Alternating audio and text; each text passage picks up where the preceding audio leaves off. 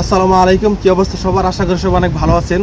তো আজকে আমি কিছু কথা বলতে চাই। বাংলাদেশের এই যে বিএনপির যে নেতাকর্মীরা আজকে যারা যা শুরু করছে, ঠিক আছে, এক একটা মনে করেন যে আওয়ামী লীগ থেকে এই শিক্ষা যদি না নেয় এই বিএনপি, এদের যে আওয়ামী লীগের তো ভারতে মনে করেন জায়গা হয়েছে, এই বিএনপির ভারতও জায়গা হইব না।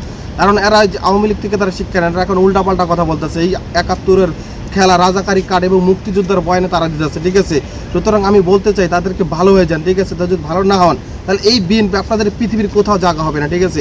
আমি নির্বাচন চাইতে পারি, আমি স্থানীয় সরকার নির্বাচন চাইতে পারি, এর জন্য কি আপনি আমাকে রাজাকারী বানাই দেবেন? এই জন্য আপনি ৭১-এর পরাজিত সৈনিক বানাই দেবেন? এটা আপনি কখনোই পারেন না। বিএনপির আরেকজন নেতা জন্ম হয়েছে, নতুন হারুন আঙ্কেলের জন্ম হয়েছে, ঠিক আছে।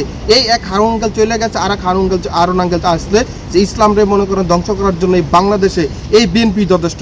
এই গতকাল দেখলাম যে এক জায়গায় নামাজ পড়ছেন মুসলিরা, তারই পাশে বিএনপি নেতা কর্মীরা নামাজ পড়তেছে, মসজিদে নামাজ পড়তেছে, আর বিএনপির নেতারা ওখানে ভাষণ দিতেছে। ওখানে একটু ভাষণ থামানোর মতো কোনো একটা নাই। তারা তাদের মনে করে যে মেন্টালিটি জন্মানে যে নামাজ পড়তে যে আমরা ভাষণটাকে থামাই দিই, কিন্তু তারা এইগুলো করে নাই, ঠিক আছে।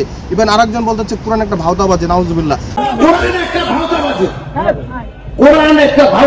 এই সব বিএনপি যারা আপনারা করেন, যারা এদেরকে সাপোর্ট করেন, এদের যে কি অবস্থা হইব, কি পরিণত হইব, এটা আপনারা মানে কল্পনাও করতে পারতেছেন না। এই বিএনপি দিয়ে জিয়াউর রহমানের বিএনপি ডিফাইন করতে আসবে না, ঠিক আছে।